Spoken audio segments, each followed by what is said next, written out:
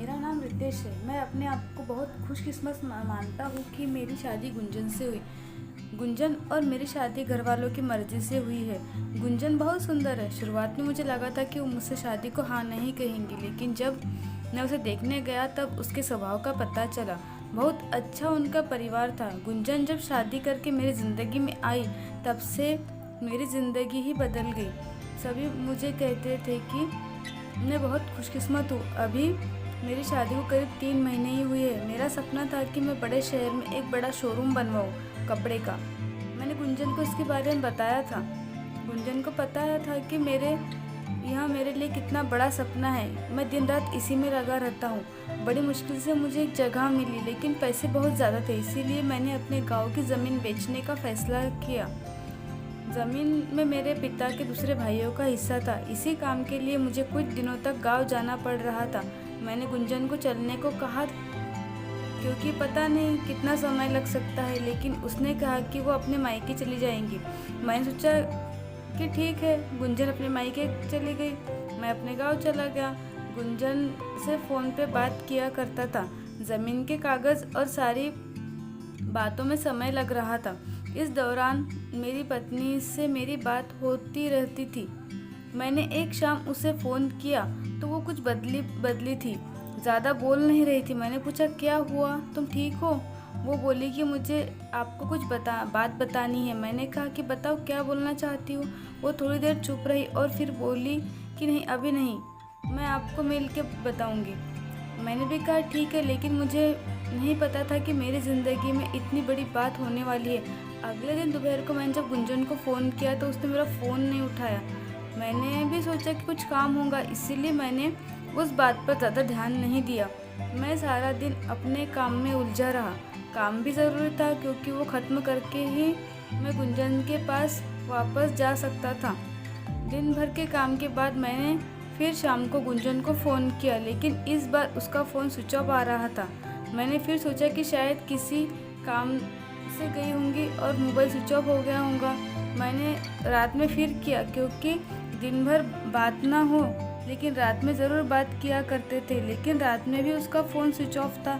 अब मुझे थोड़ी फिक्र होने लगी, लेकिन फिर मैंने सोचा कि वो उसके घर ही है, अगर कुछ बात होती तो मुझे फ़ोन आ ही जाता। थोड़ा बहुत विचार कर कर मैं सो गया। मैंने सोचा कि उसके घर में किसी को फ़ोन करूं, लेकिन रात में उस समय फ़ोन करना मैंने उचित नहीं समझा, इसीलिए मैं सो गया। सुबह उठते ही मुझे ख्याल आ रहा था कि मैं गुंजन से बात करूं। सुबह भी मैंने फ़ोन किया, लेकिन अभी भी वही बात, उसका फ़ोन स्विच ऑफ ही था। अब मैंने उसकी मम्मी को फ़ोन किया, लेकिन उन्होंने भी मेरा फ़ोन नहीं उठाया। अब मुझे थोड़ी फिक्र होने लगी थी क्योंकि किसी से भी मेरी बात नहीं हो रही थी।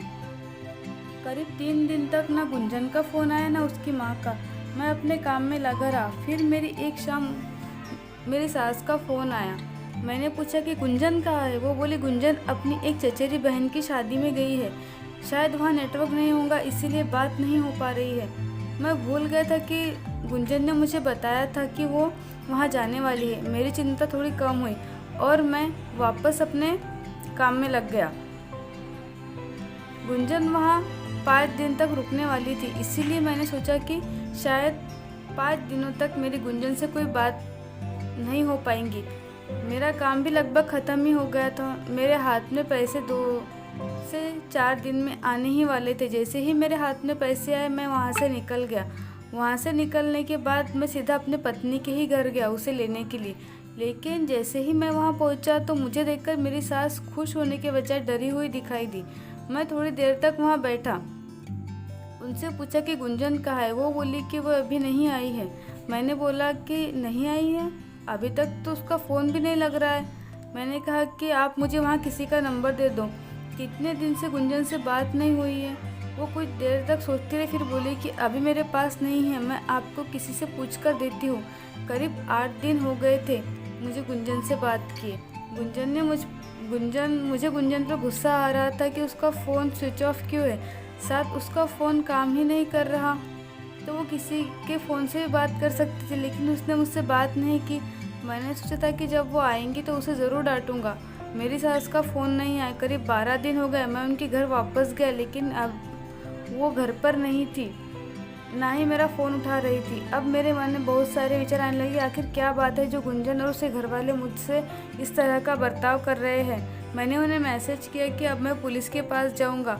मेरी इसी धमकी से शायद वो डर गई और उनका फ़ोन आया। बोली कि बेटा मैं तुम्हें कुछ बताना चाहती हूँ, तुम घर आ जाओ। अब मेरी चिंता बढ़ती जा रही थी, ऐसी क्या बात है जो मुझसे छुपा रहे हैं। मेरी पत्नी ने मुझसे 20 दिनों से बात नहीं की थी। मैं अगले दिन उनके घर गया। मेरी सास का मुंह उतरा हुआ था। मैं बहुत गुस्से में था। मैं जाते ही उन्हें ज़ोर से चिल्लाते हुए पूछा कि कहाँ है गुंजन। मेरी सास मुझसे बोली कि बेटा अब जो मैं तुम्हें बताने वाली हूँ उस पर तुम्हें विश्वास नहीं होगा, लेकिन यही सही है। वो बोली कि गुंजन किसी के साथ भाग गई है। मुझे मेरे कानों पर विश्वास नहीं हो रहा था कि मैंने क्या सुना। मैंने बोला आप कुछ भी बोलेंगे और मैं मान जाऊंगा। वो बोली बेटा यही सच है, तुम्हारी शादी के पहले उसका एक प्रेम प्रसंग था। जब वो वहाँ गांव में अपनी बहन की शादी में गई तो उसे वो वहाँ मिल गया और वो मौका देखकर वहाँ से भाग गई। मैं जानती हूँ कि तुम उससे बहुत प्यार करते हो, लेकिन अब यही सच है, तुम्हें उसे भूलना होगा। हम लोग पुलिस के पास नहीं गए, नहीं तो बदनामी होंगी, इसीलिए हम इस बात को तुमसे छुपा रहे थे। गुंजन मेरे साथ 3 महीने तक रही थी। जितना मैं उसे जानता था कि वो ऐसा नहीं कर सकती थी, लेकिन उसकी माँ यह कह रही थी तो मैं कैसे न मानता। मेरा मन अभी भी मानने को तैयार नहीं था। मेरी सास ने मेरे आगे रो रही थी और माफ़ी मांग रही थी। इतनी बड़ी बात मेरे घर वालों को पता चली तो उन्हें भी विश्वास नहीं हुआ। गुंजन का स्वभाव से बिल्कुल ऐसी नहीं लग रही थी। गुंजन की माँ को देखकर मैं और मेरे घर वाले चुप रह गए। हमने कोई बड़ा कदम नहीं उठाया। मैं अपने साथ हुए इस धोखे को बर्दाश्त नहीं कर पाया। मैंने गुंजन को बहुत प्यार किया और मुझे कुछ भी हासिल नहीं हुआ। गुंजन नाम से मुझे नफरत हो गई। मेरी ज़िंदगी पर इसका बहुत असर हुआ। मैं जो शोरूम की शुरुआत करने वाला था उसके लिए मेरे पास अब सब कुछ आ गया था, लेकिन फिर भी मुझे अब कुछ करने का मन नहीं हो रहा था। किसी के साथ इतना बड़ा धोखा हुआ हो तो वो खुश कैसे रह सकता है। मेरे घर वाले मुझे संभाल रहे थे। मैंने उसे बहुत ढूंढने की कोशिश की। मैं चाहता था कि वो मुझे मिले तो मैं उससे पूछूं कि आखिर उसने मेरे साथ ऐसा क्यों किया। धीरे धीरे समय बीतता गया। उससे गए अब 7 महीने हो गए थे और मैं भी उसे भूलकर अपनी ज़िंदगी में वापस बिजी होने की कोशिश करने लगा। मेरा उसके घर के यहाँ से एक बार जाना हुआ। ऐसे ही मेरा ध्यान उनके घर की खिड़की पर पड़ा। मुझे दिखाई दिया कि वहाँ गुंजन है। एक झलक से मुझे दिखी। मैंने उस समय उनके घर का दरवाज़ा बजाया। मेरी सास ने दरवाज़ा खोला और वो मुझे देखकर डर गई। दरवाज़ा खुलते ही मैं अंदर जाने लगा। मेरी सास ने मुझे रोका, लेकिन मैं नहीं माना। अंदर मैं कमरे में गया। गुंजन को वहाँ देखकर हैरान रह गया। गुंजन वहाँ व्हीलचेयर पर बैठी थी। गुंजन ने मुझे देखा और उसकी आंखों में आंसू आ गए। मैंने पूछा यहाँ क्या हुआ। गुंजन बस रो रही थी। मेरी सास बोली कि बेटा गुंजन जब शादी में गई थी तब उसका एक्सीडेंट हो गया था और उसे ऐसी जगह चोट है जिसके कारण अब वो चल नहीं सकती है। एक्सीडेंट के समय भी बेहोशी में यही कह रही थी कि तुम्हें ना बताए, वो बड़े काम के लिए गए हैं। डॉक्टर ने जब बताया कि हो सकता है रचना आप कभी चल ना सके और इलाज पर बहुत ज़्यादा पैसा लगे, तब मैंने कहा कि दामाद जी को बता देते हैं। लेकिन गुंजन ने कहा कि मैं उनकी ज़िंदगी ख़राब नहीं कर सकती। उनका सपना है शोरूम खोलने का।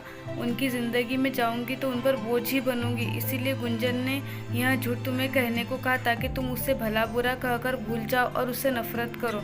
मेरी पत्नी मुझसे इतना प्यार करती थी। मैंने उससे कहा कि गुंजन अगर मेरे साथ ऐसा कुछ हो जाता तो क्या तुम मुझे छोड़ देती। गुंजन ने रोते हुए कहा कि ऐसा मत बोलो।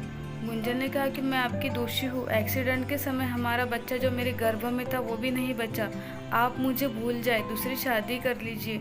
मैं आप पर बोझ बनकर नहीं रहना चाहती। गुंजन के आंखों में आंसू नहीं रुक रहे थे। कितने दिनों से उसने इन्हें रोक रखा होगा। मैंने गुंजन को बीते कुछ महीनों में ना जाने क्या कुछ नहीं कहा, लेकिन मैं अब गुंजन को एक पल भी अपने से दूर नहीं रखना चाहता था। मैंने गुंजन की एक बात नहीं सुनी और गुंजन को अपने साथ ले गया। अब कोशिश यही है कि वो फिर से चल सके। मैंने मेरा शोरूम बेच दिया और अच्छे से अच्छे अस्पताल में गुंजन को दिखाया है। उम्मीद की किरण दिखाई दे रही है। मैं बस यही चाहता हूँ कि वो फिर से अपने पैरों पर खड़ी हो जाए। तो दोस्तों कैसी लगी आपको ये कहानी। अगर आपको मेरी यह कहानी पसंद आई है तो प्लीज़ मेरे चैनल को लाइक, शेयर और सब्सक्राइब ज़रूर कर दीजिएगा और बेल आइकन को प्रेस करना ना भूलें ताकि मेरे आने वाली वीडियो का नोटिफिकेशन आपको मिल सके।